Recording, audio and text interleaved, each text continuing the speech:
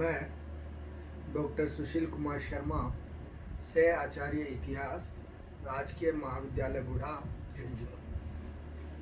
आज मैं इतिहास के विद्यार्थियों के साथ में कुछ कालक्रम की अवस्थाओं के बारे में अपनी चर्चा करूंगा।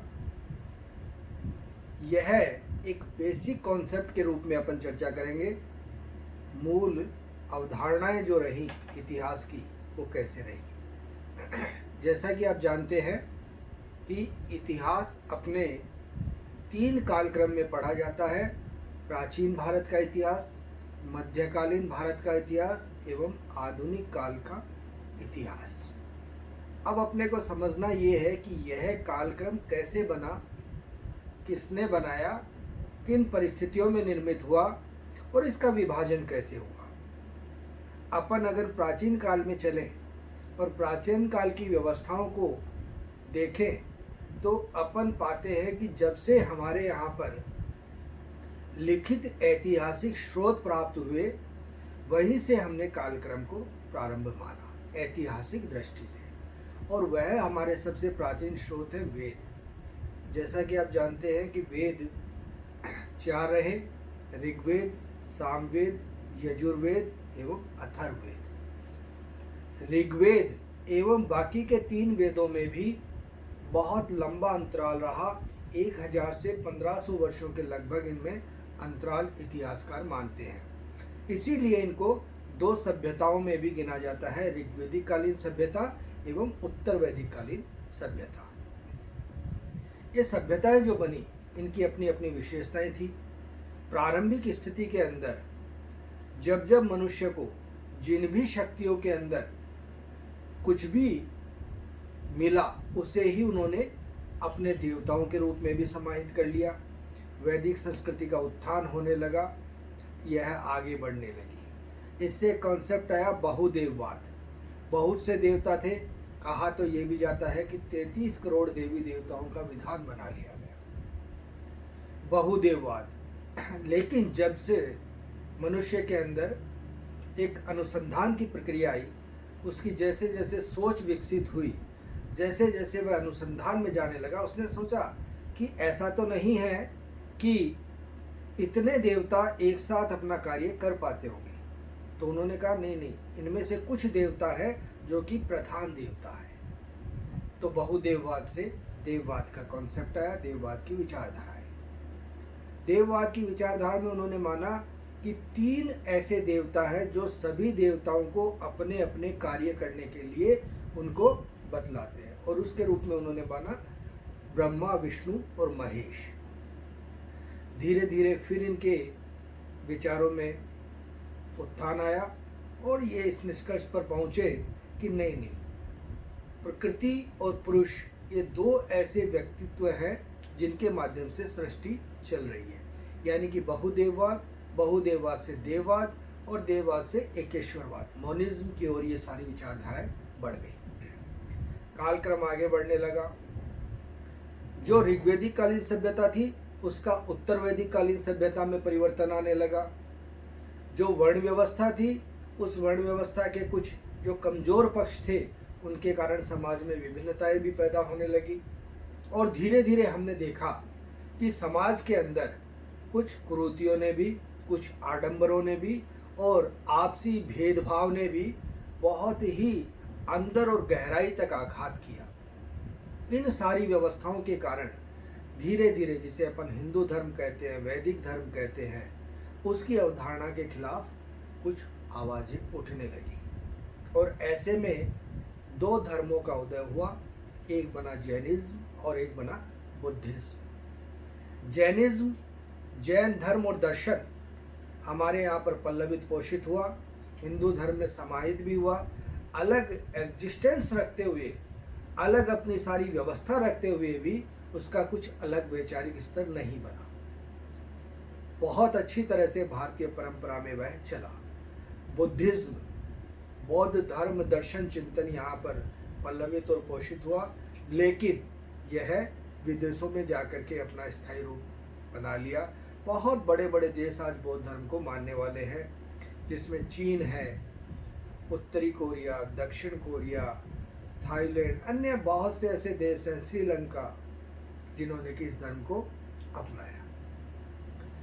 जैसे जैसे यह स्थिति बनी, लेकिन भारतीय संस्कृति की अपन यहाँ पर हल्की सी चर्चा करें कि भारतीय संस्कृति में अनंत गहराई है, और उसकी जो सबसे बड़ी विशेषता थी वो यही थी कि इसमें आत्मसात की प्रवृत्ति रही। इसने सभी को अपने अंदर समाहित किया।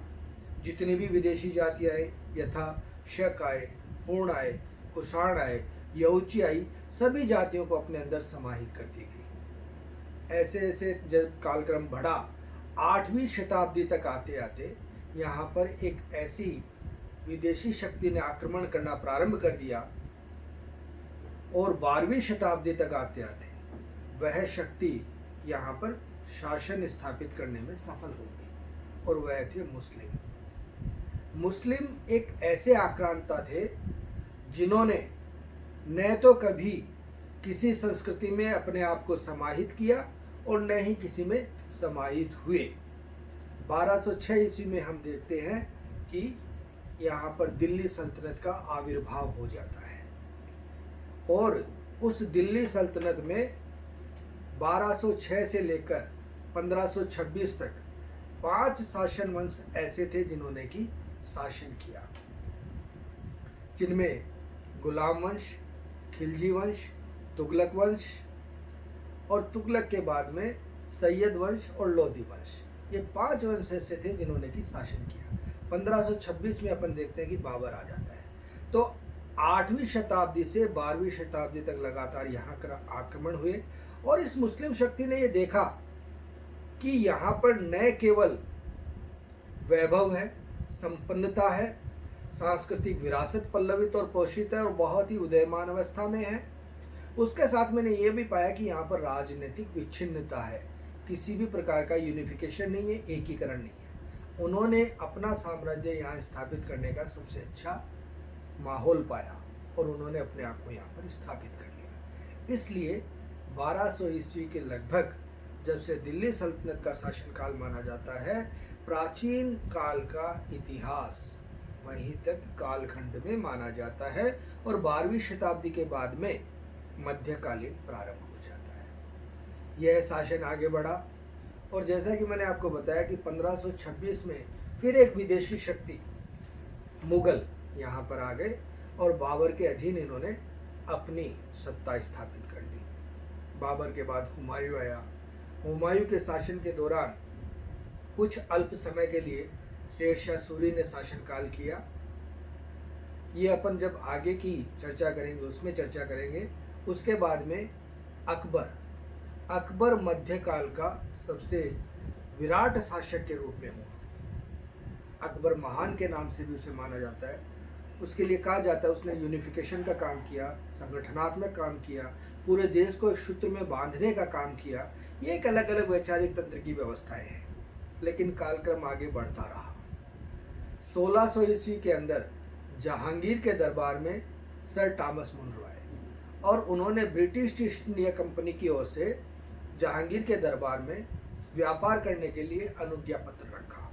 जहांगीर ने उसे स्वीकार कर लिया, और वहीं से ब्रिटिश ईस्ट इंडिया कंपनी की व्यापारिक गतिविधियां प्रारंभ हो गई। यह फिर एक ऐसी शक्ति थी जिसने अपने आप को अलग रखा, न ही तो किसी में समाहित हुए और न ही किसी में समाहित किया। यहीं से आधुनिक काल प्रारंभ हो गया, जो कि वर्तमान समय तक चला आ रहा है। धीरे धीरे यह अंग्रेज शासन के नज़दीक आते चले गए। शासन को इन्होंने नज़दीकी से देखा, शासन के अंदर व्यवस्थाओं को देखा, और धीरे धीरे ये व्यापारी किंग मेकर बन गए, राजा बनाने लगे। उन राजाओं से संधियां करने लगे, विलय नीति बनाई, सहायक संधि बनाई। न जाने देश के ऊपर किन किन तरीकों से इन्होंने अपने साम्राज्य को विकसित करना प्रारंभ कर दिया। और धीरे धीरे धीरे धीरे हम देखते हैं कि 1857 की क्रांति हम देखते हैं, और जो देश इतना ज़्यादा धन संपन्न था, वह इन लोगों की पूरी तरह से साम्राज्य की विरासत को बढ़ाने के क्रम में, धन के विदोहन में, जो धन की निकासी का सिद्धांत दादा भाई नौरोजी के द्वारा रखा गया, उसमें हमने देखा कि 1757 से 1857 100 वर्षों में इन्होंने सहस्रों तरीके निकाले जिससे कि भारत से ये धन ले गए। लेकिन अंततोगत्वा अपन देखते हैं कि 1947 के अंदर भारत आज़ाद हुआ और भारत का बंटवारा हुआ, पाकिस्तान बना, हिंदुस्तान बना, और इस कालक्रम से आगे तक की भी जो व्यवस्थाएं थी वह सारी हम आधुनिक काल में पढ़ते हैं। तो ऐसी स्थिति में हम देखते हैं कि 3 कालखंड जो बने उसको अगर एक रूप में आप समाहित करें कि जब जब भारतीय परिदृश्य में सांस्कृतिक परिवर्तन हुए, एक व्यवस्था ने दूसरी व्यवस्था को अपने अंदर समाहित नहीं किया, उसी समय कालक्रम परिवर्तित होते चले गए। प्राचीन से चला हुआ मध्यकाल जब मुस्लिम्स आए तब हुआ, फिर एक अंग्रेज आए, अंग्रेजों के साथ में डच भी आई, पुर्तगालीज भी आए, लेकिन शासन अंग्रेजों का रहा मूल रूप से। तो यहाँ पर इस 3 कालखंड में अपन इसी रूप में भारत के अंदर इसको, इतिहास को अपन पढ़ते हैं।